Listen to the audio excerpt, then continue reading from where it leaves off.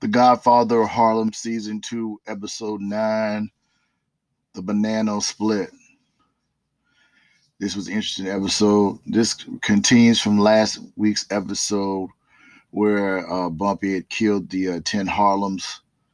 And it appears that Bumpy is really kind of burnt out with the whole situation. He's drunk. He seems not himself. He seems kind of vulnerable. So that's going on.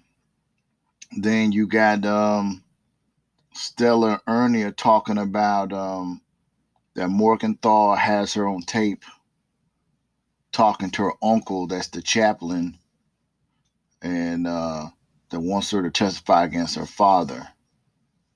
You know, um, basically, while they're talking in the park somewhere,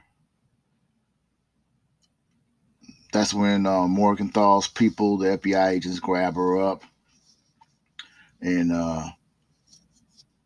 take her in. Ernie, prior to that, he stole a truckload of furs and jewelry and tried to get back in Chin Gigante's good graces. And Chin tells him that you're lucky to be alive because, you could have killed them a long time ago. So he told him to keep making him some money. So that's going on. Bumpy talks to Malcolm about, how he feels right now, and Malcolm talking about, he's talking about the whole crabs in the barrel, and Malcolm saying, he understands going through stuff that he's going through.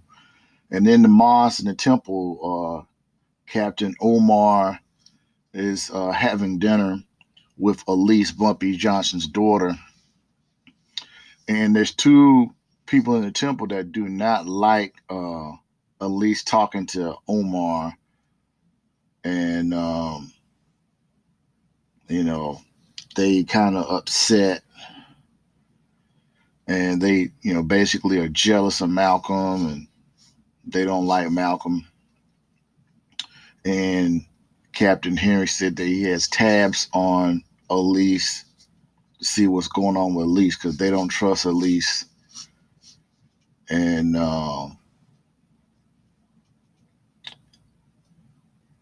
later, she's called to his office, Umar's office, Captain Umar's office, and Elise. They talk, and he gives her one of his treasured possessions, a copy of Elijah Muhammad's book, Supreme Wisdom book, and it's autographed by Elijah Muhammad. And she said that she couldn't take the book from him, and he wants her to have it, and he wants to marry her. And she says she will give him some time to make a decision. So she goes back to Malcolm and Betty, um, and tells them what's going on. And Malcolm said that would be a good thing. She said prior she talked to Bumpy Johnson Mayme about it, and about what's going on with the proposal that Omar gave her. And she revealed that the only man she ever loved is Brother Malcolm. He's the one that got her off drugs, but she knows that she can never be with him. She can only be a friend because he has a wife. So, but she is, considering Omar's proposal. And then that sister and Captain Henry basically revealed to her that his guy was keeping tabs on Elise and found out that she was going to Malcolm X's house. So Omar calls her in, and he's real upset and said, "You lied to me. You were going to Brother Malcolm's house, and you were still cohorting with him."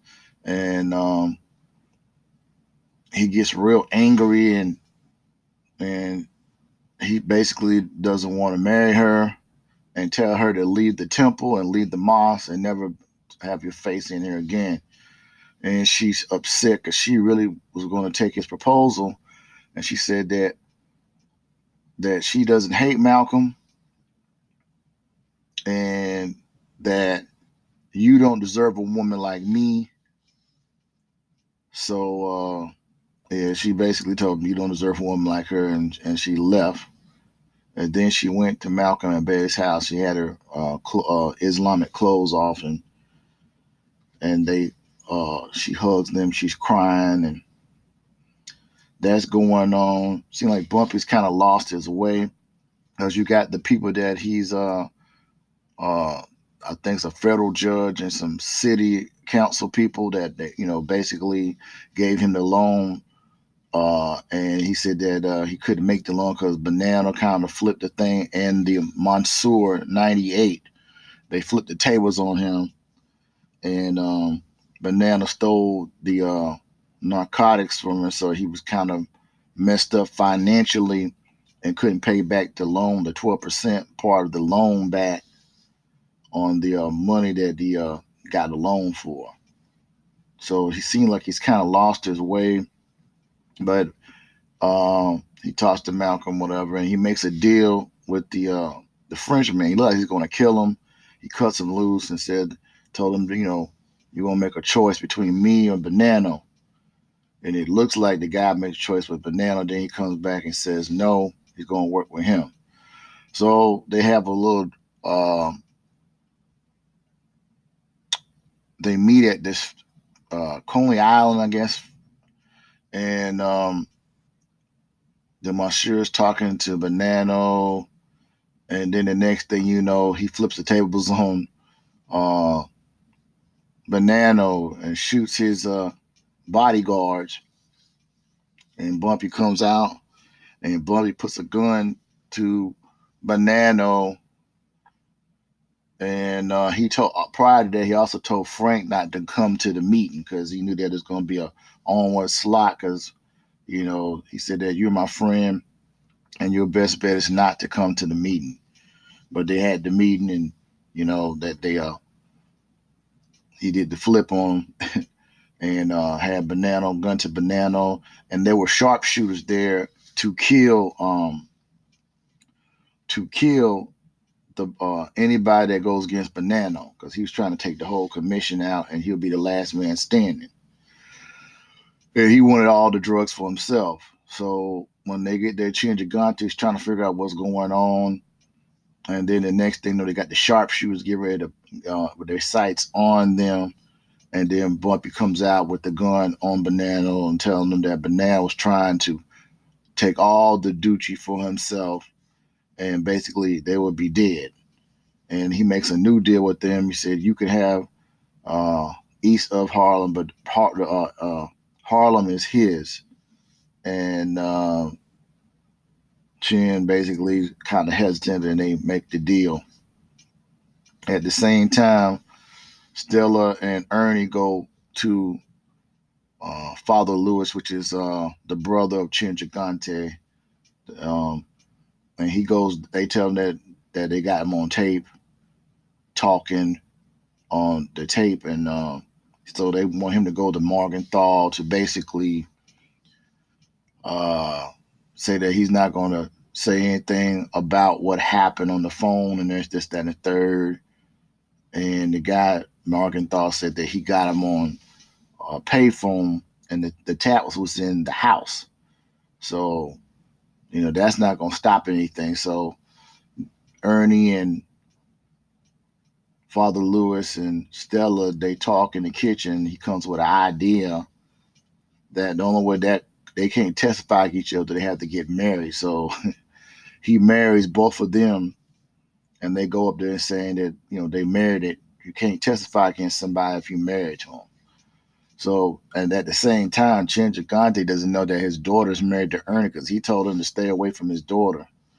And that's not happening. So, wow. And that's it for this particular episode. It was a very interesting episode because at first it seemed like Bumpy was not all together. It seemed like he was off. We've never seen him off in these series so far into this particular series. But yeah, he came back like playing the chess move again. But that's it. Till next time, everybody take care of yourself and have a nice day. Thank you.